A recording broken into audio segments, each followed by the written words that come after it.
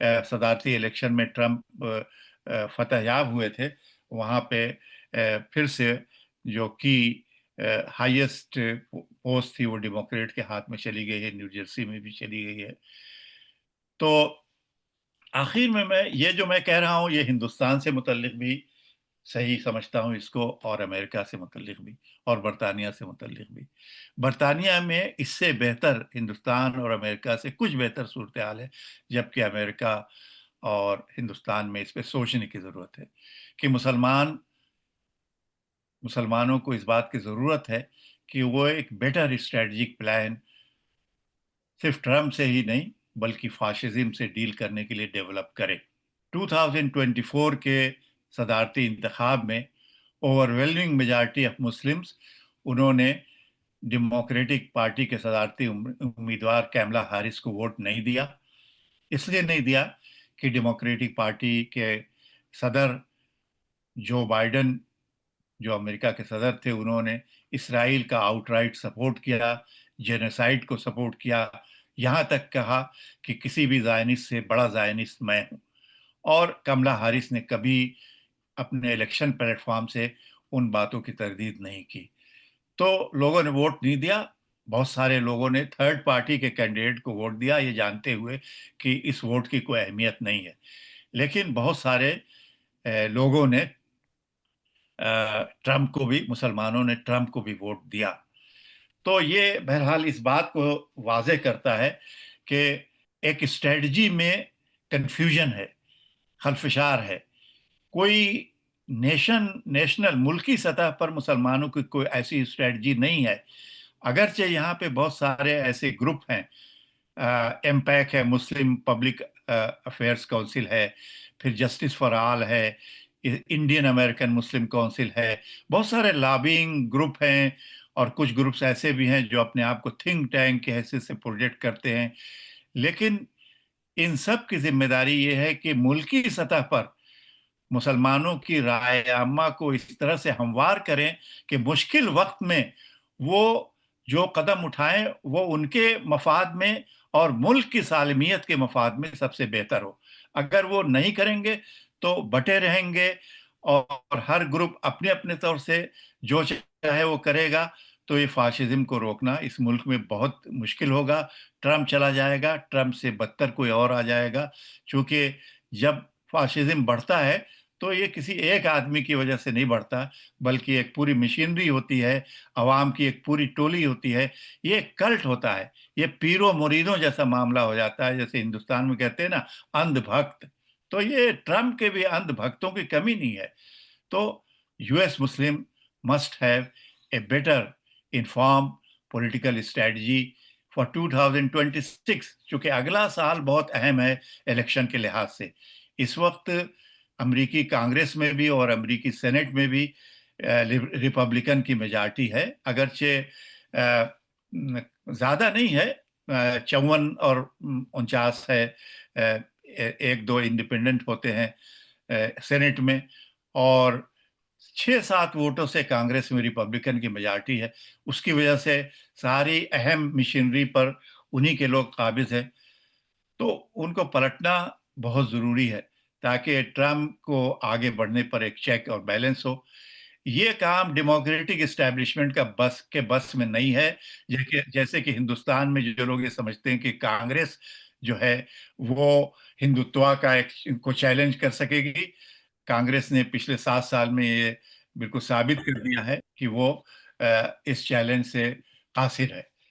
اسی طرح سے ڈیموکریٹک اسٹیبلشمنٹ یہ کام نہیں کر سکتی، البتہ ڈیموکریٹس میں ممدانی جیسے لوگ یہ کام کر سکتے ہیں، اور مسلمانوں میں ایسے نوجوانوں کو سامنے لایا جا سکتا ہے، ان کی فائنینشیل سپورٹ کی جا سکتی ہے جو اس بات کو سمجھتے ہوں کہ ایک بہتر پولیٹیکل اسٹریٹجی بنا کے ہم 2026 اور پھر 2028 کے صدارتی انتخاب پر اثر انداز ہو سکتے ہیں۔ یہ اسٹریٹجی جو ہے اسی وقت بن سکتی ہے جب ہم ان امور پر ملکی سطح پر تبادلہ خیال کریں، ٹاؤن ہال میٹنگز کریں، اور ایک broader consensus about Muslims political agenda اور اسٹریٹجی تیار کرنے کی کوشش کریں۔